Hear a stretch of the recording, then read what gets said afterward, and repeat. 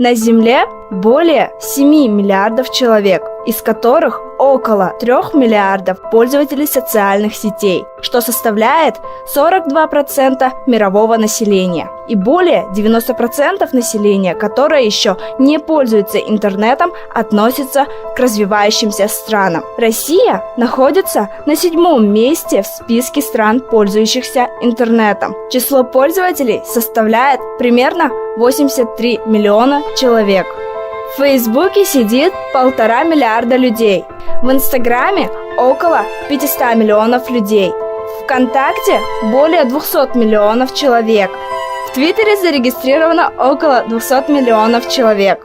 Проснувшись первым делом, люди не умываются, а листают ленту в соцсетях.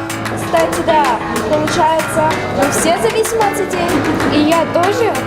Ладно, а давай проведем эксперимент. Какой? Мы заберем у тебя телефон на день. Зачем это? Чтобы узнать, зависима ли ты от социальных сетей. Окей. До встречи. Встретимся. До встречи. Пока.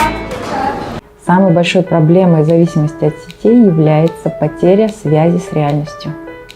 Человек не понимает, где заканчивается виртуальное пространство, а где начинается реальное пространство.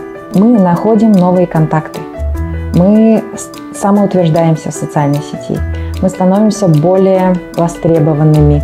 Но при этом мы забываем, что для того, чтобы узнать нас как человека, как самого, как личность, нам необходимо пообщаться будет с человеком лично. А в социальной сети вы как личность другого человека не узнаете никогда. Он напишет только то, что от него ожидают услышать. Или то, какую роль он на себя принял сейчас.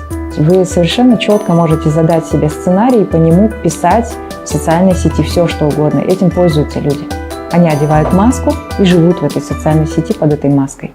На протяжении всего времени без телефона я ощущала дискомфорт, ведь привыкла каждую свободную минуту листать ленту в соцсетях. Я начала искать способы, как бы зайти на свою страничку. Пока я размышляла над этим, обратила внимание на окружающих, которые не отпускали свои телефоны ни на минуту. В этот момент я поняла, что большая часть нашего общества слишком много времени уделяет своему телефону и социальным сетям, не замечая происходящего вокруг. Если вы смотрели «Адвокат дьявола», он сказал, Аль Пачино тогда в роли дьявола сказал, что мой любимый грех – это тщеславие. Так вот, социальная сеть – это просто теплица для тщеславия. Все хорошо в меру. Если до тех пор, пока вы не начали терять землю под ногами. Как только вы поняли, что вы звезда, вам пора уходить оттуда. Привет, Лада! Ну и как твои ощущения без телефона? Это было ужасно. Все вокруг меня сидели в социальных сетях, а я не могла. Но с другой стороны, мне даже понравилось. Значит, телефон тебе уже не нужен? Конечно, нужен. Как сказал психолог, каждое лекарство нужно принимать в меру. Если его принимать в больших количествах, то оно может превратиться в яд, также и с соцсетями.